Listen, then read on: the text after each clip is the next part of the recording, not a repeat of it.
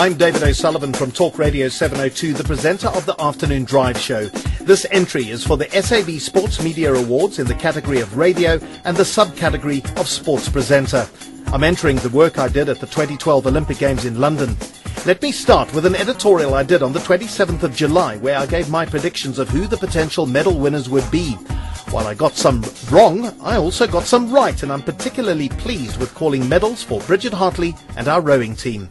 I think we have good medal chances with people like Barry Stander in mountain biking, Sunette Viljoen in the javelin, Caster Semenya in the 800 meters, Cameron Vandenberg in the 100 meter breaststroke. And I think some athletes are on the verge of a podium finish. Sifiso Nhlapo in the BMX, Bridget Hartley in canoeing, the lightweight fours in rowing. And I'm aware that some athletes might spring a big surprise, like Josiah did in the marathon, or Marianne Creel in the 100 meter backstroke in 1996. But that's impossible to predict. In fact, if I ever did forget Bridget as a medal hopeful, I would be quickly reminded by listeners. You missed a very important one. He has been named by SASCOC as a medal contender, a very serious Go on, who've one. I missed? Her name is Bridget Hartley. She's our sprint canoer. Oh, yes. You absolutely right. Bridget is... She is because she's done... I mean, look, a number of years ago, she got herself a bronze at the World Champs, didn't she? Yes, that's right.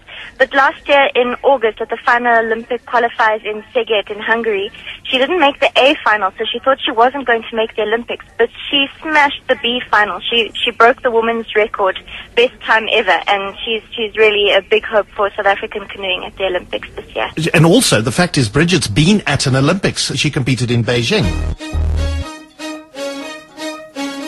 I was confident about the rowing team's potential to win a medal, and at the team's farewell at OR Tambo International Airport during a live broadcast, I made sure I chatted to Lawrence Ndlovu, the stroke of that team. We went to a World Cup in Lucerne a month ago.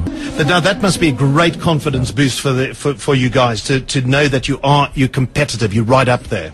Yes, it's true. That was a build-up, and that was built our confidence. Competition is tight and very hard, but we're looking forward to it now.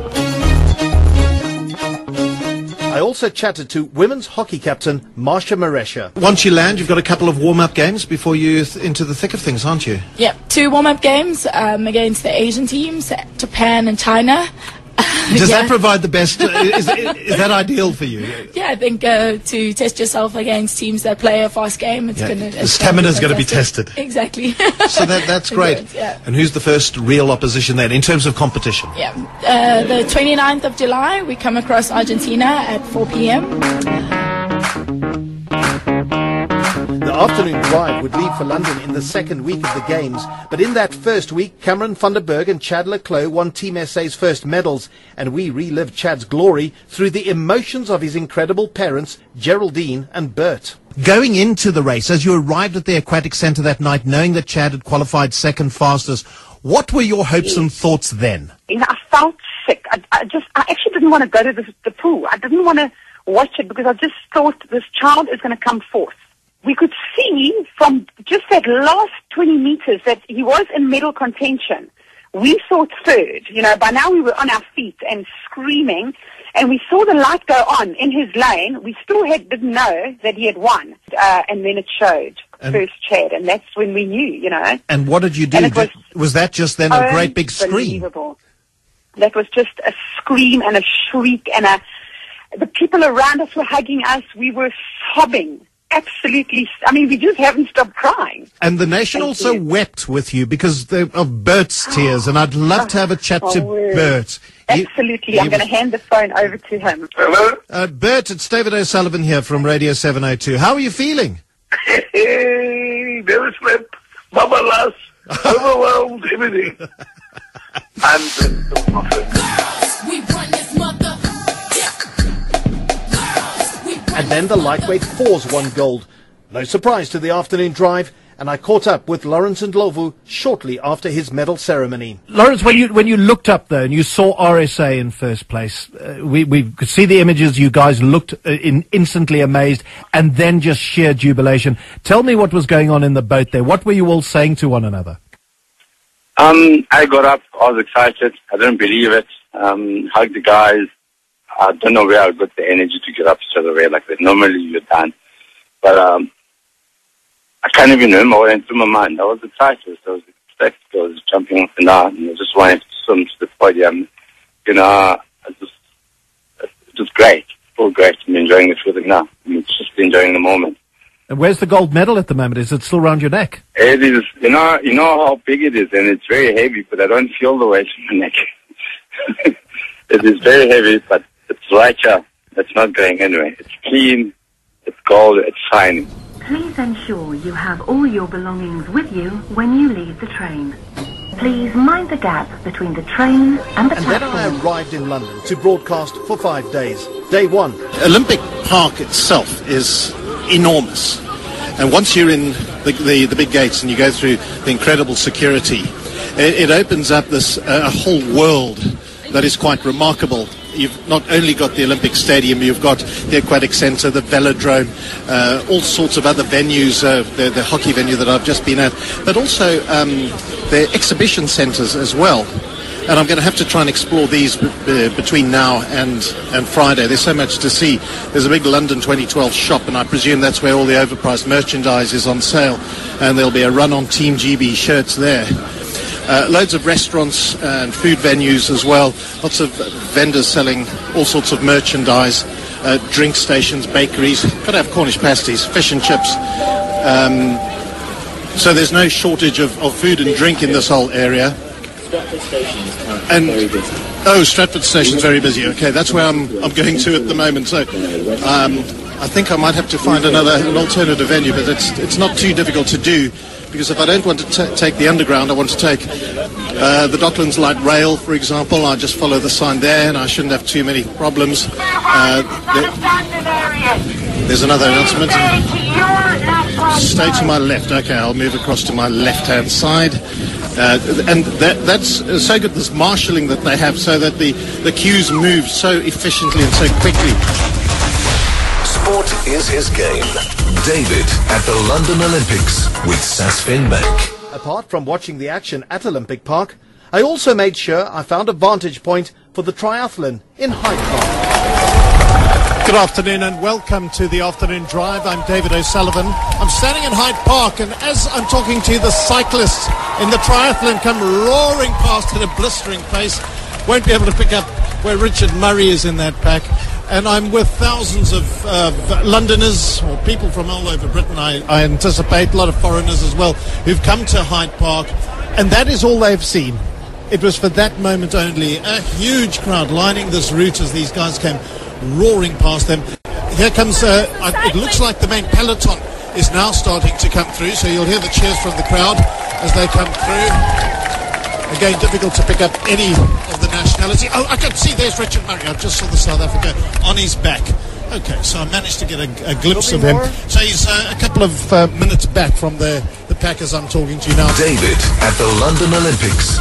You're listening to Talk Radio 702. Our fifth medal of the Games came for the sprint canoeist Bridget Hartley, as I had predicted, and who the listeners wouldn't let me forget. I interviewed her shortly after her medal ceremony, while Ryk Neethling was one of our guests at our London studio. Bridget, welcome to you, and many, many congratulations on your bronze. Thank you so much.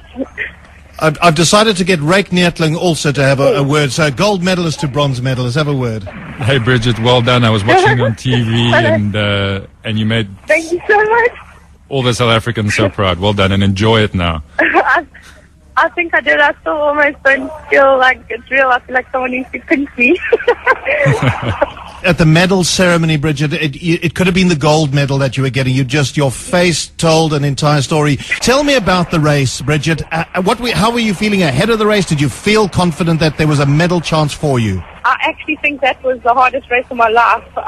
Everything was hurting halfway, and I just knew I had to pick it up, and I knew I had to just stick to my race plan and just keep going, and I kind of crossed the line, and I wasn't really sure, but you can kind of sense when your boats crossed the line, like who came where, and I knew that Hungarian on my right had definitely won, and I could see that there was a boat a bit ahead of me on the left, so then I wasn't really sure, and I just waited on the board for, first was Hungary, then second they said Ukraine, and I just kind of like held my breath for a little while, and then next thing they said South Africa, and I just looked across to my coach, and I just shouted at joy. I was kind of like thinking, should I shout yet, or are they going to change the name? Because sometimes it's a photo finish and then sometimes twats.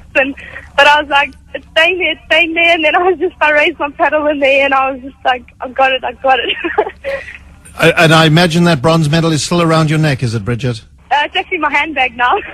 An extract of the interview with Bridget Hartley, and she came to visit us in our studio the following day. But we didn't only chat to athletes, we also toured the streets of London and had a chat to the people on the street about the Olympics. Walking across a bridge over the Thames, and I found a street entertainer called Andy, who was busy performing.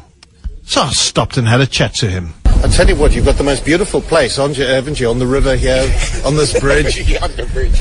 And tell me, what's the mood like here in London with the crowds coming by because of the Olympics? Well, actually, on the streets, it's not as we expected it to be. Oh, really? You know what I'm saying? All the hype about it was just like, the hype was more the hype. Yeah. Is it a bit of a disappointment? Is there not as much excitement as you anticipated? Me personally, yeah. That's me personally. I can't speak for all of London, you know what I'm saying? I promise you're saying exactly what other people are telling me about what's going on. Me personally, the hype was more of the hype than the actual.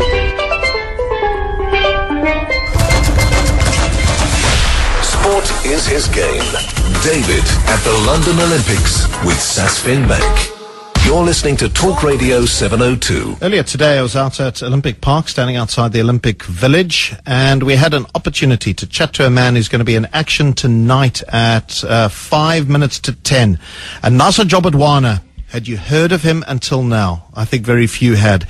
And he has done something quite remarkable for this. For just 20 years old, he was coming to the Olympic Games to get a little bit of experience. And lo and behold, he finds himself in the final of the 200 meters. I had a chat to Anasa Jobodwana. You could be almost paralyzed with the expectation and the fear. You're on the biggest stage on earth at that time. How do you feel? How do you cope with that 85,000 strong crowd? I didn't know it was that big. It's just I didn't have any expectations for myself, so I just try to put those expectations outside of me, and then I just ran my race. Can you hear the roar of the crowd? Are you focused enough that you can actually take that in?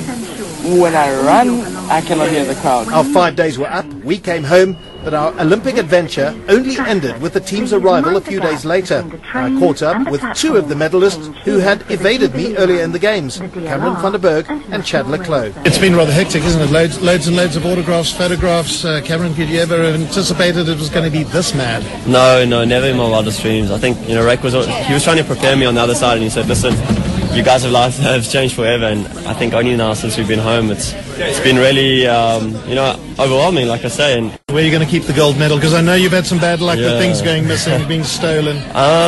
I'm actually don't tell me sure. where you're keeping it. Yeah. Just tell me it's going to be safe. It's going to be a treasure hunt, don't worry. As long as that's the case.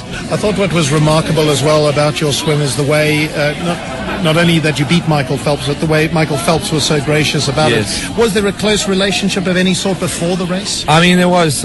We both did a commercial in January for one of our sponsors, Amiga, and I think it was, for me, a dream just to meet him. I mean, I actually had a conversation with him and we had lunch.